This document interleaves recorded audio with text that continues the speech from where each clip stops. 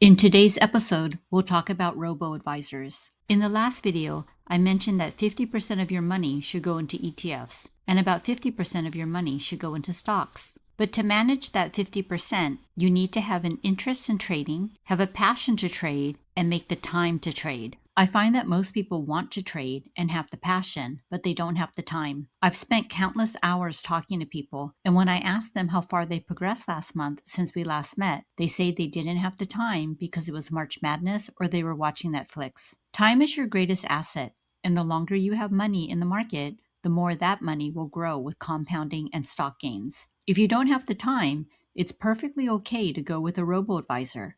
Most robo-advisors do a great job at diversification and tracking you to the index. And you don't have to choose to use the robo-advisor 100% or manage your own money 100%. You can do a combination of both. Put as much as you want into a robo-advisor and keep some of the money for yourself to manage. But it's important to get started. So get started with a robo-advisor until you have the time to manage it yourself. Most brokerage or stock companies like Schwab, Fidelity, Betterment, Wealthfront, etc. have robo accounts. Let's go into schwab.com and open a robo-advisor account. I'm here in Schwab and I go to Accounts, Open an Account. I'm going to scroll down here and find the robo account. In Schwab, they call it a Schwab Intelligent Portfolio. So we're going to go ahead and click on that. It says here, Schwab Intelligent Portfolio does the work, so you don't have to. We'll go ahead and create our account. It's an automated advisory solution, which basically means it's a robo-advisor. It costs no advisory fee, which is awesome. We'll go ahead and click continue. It will ask you what you want to open the account for: retirement, expenses, saving for something special, etc. It's not that important. This is just for them to categorize why people open this sort of account. For now, I'll just say build long-term wealth. It says it requires $5,000 minimum to begin managing, so I'll just go ahead and say $5,000 to get started. We'll have to fund this later. How many years will you need to start withdrawing funds? Take your age, and let's say you're going to retire by 65, 72, whenever you decide to collect Social Security, etc. So go ahead and enter a number. For now, I'll just say 50. How much do you want to contribute monthly? This is optional, so I'll just say 0 for now. Now they're going to ask you a bunch of questions about your understanding, and then it'll go into risk tolerance. It's the risk tolerance section that's extremely important because depending on how you answer, it will either put you more in stocks or more in bonds. So here it'll say, what's your understanding? I'll just say good. When you hear the word risk, what's the first thought that comes to mind? I worry that I could be left with nothing. They're going to put you in bonds here. I understand that it's inherent part of investing. I see opportunities and I like the thrill. So to be conservative, I'll just say I see opportunities, but for my own account, I actually put, I think the thrill of investing is fun. Have you experienced a 20% or more decline in the value of your investments in 1 year? If you've been around in the stock market for a while, there have been times where the stocks have decreased by 20% or more. So I'll just say yes.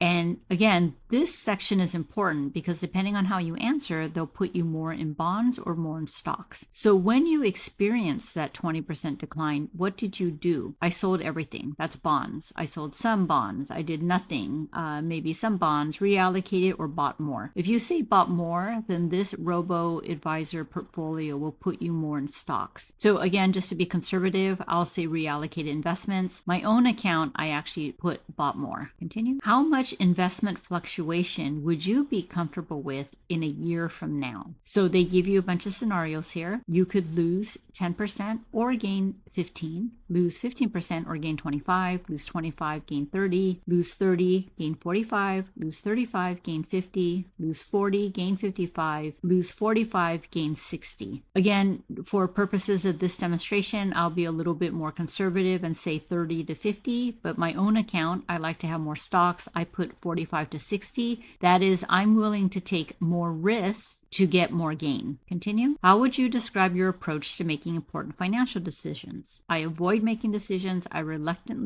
confidently make decisions and don't look back. Again, bonds versus stocks. So for purposes of this demo, I'll say reluctantly, middle of the road. And then here's a summary. Here's everything that you've told us. We want to build long-term wealth. We'll get started with $5,000, retire in 50 years. How much do you want to contribute opportunity each month? 0. What's your understanding? Good. And then here are the summary answers of the questions that they asked. When you hear risk, what's the first thought? I see opportunity. Have you experienced a 20% or more decline? Yes. How did you react? I reallocated my investments. How much investment fluctuation would you be comfortable? 35 to 50%. And how would you describe your approach to making important financial decisions? I reluctantly make decisions. Submit.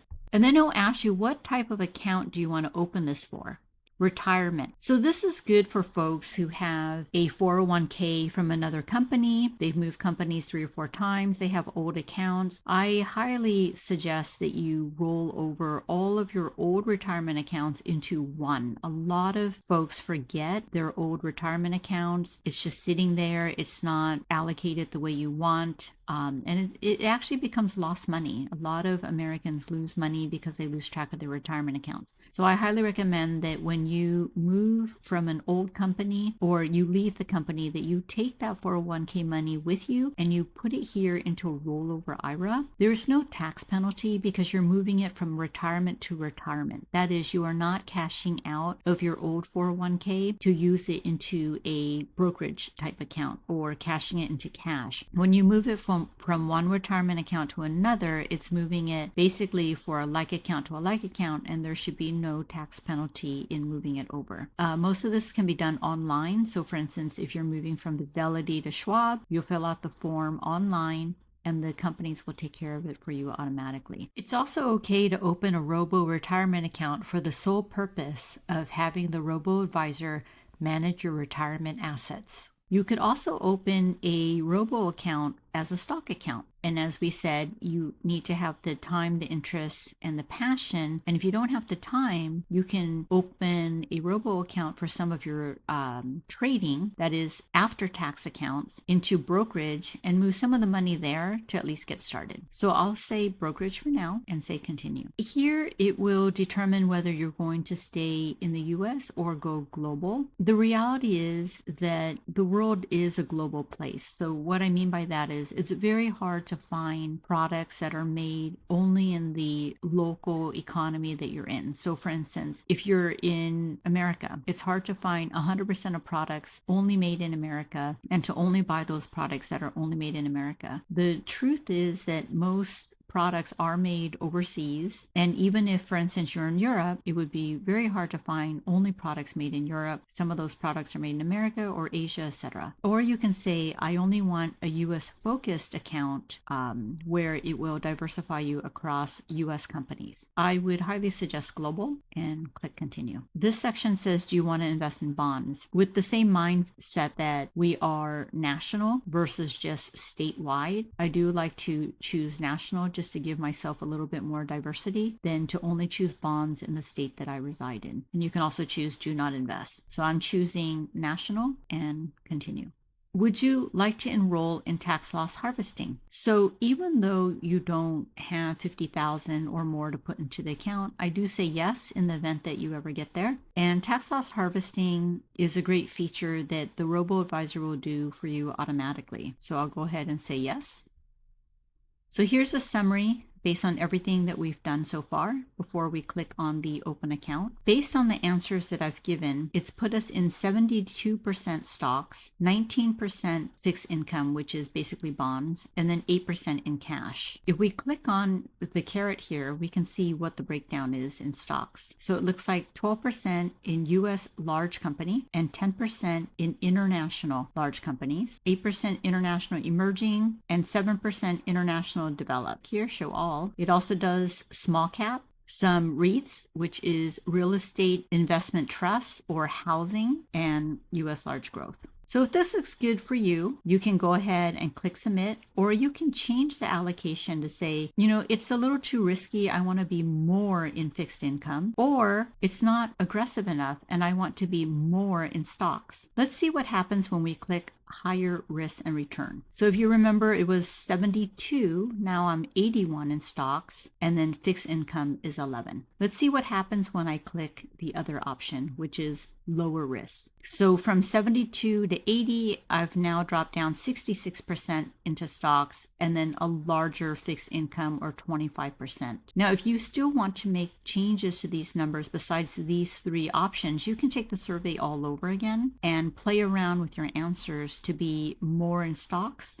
or more in bonds. If this looks good, we'll go ahead and click create account. If you don't like this allocation and you want to be more in stocks or more in fixed income, what you can do is scroll down and say retake the questionnaire. Because remember, depending on how you answer, it will put you into what we call a cookie cutter allocation and recommend a portfolio for you. If you're happy with this allocation, right, then go ahead and click create account.